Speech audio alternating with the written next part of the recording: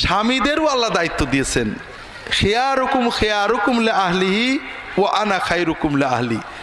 তোমাদের ভিতরে সেই স্বামী ভালো যে স্বামী তার বউয়ের কাছে ভালো। কিয়ামতের দিন আল্লাহ তাআলা পীর সাহেবের সাক্ষ্য, এমপির সার্টিফিকেট দিয়ে ভালো মন্দ বিচার করবে না। বউ যদি বলে হ্যাঁ আমার স্বামী আমার সাথে ভালো আচরণ করতো, আল্লাহ বলবে হ্যাঁ তুমি ভালো মুসলমান। ভালো আচরণ মানে বউ যখন বলবে সিনেমায় চলো, সঙ্গে সঙ্গে যাওয়া না ভাই। ভালো আচরণ মানে হলো আপনাকে বউ কষ্ট দিয়েছে, রাগ করেছে, বাজে কথা বলেছে, কিন্তু আপনি তাকে কষ্ট দিননি, সবর করে হাসি মুখে আছো, এর নাম হলো ভালো আচরণ। কাজেই আজকে এটা লম্বা বলা যাবে না, তবে খুব সহজ বুঝতে হবে ভাইয়েরা। ইসলাম পারিবারিক জীবনকে সবচেয়ে গুরুত্ব দিয়েছে। ইবাদত, শবে বরাত, তাহাজ্জুদের চেয়ে স্ত্রীর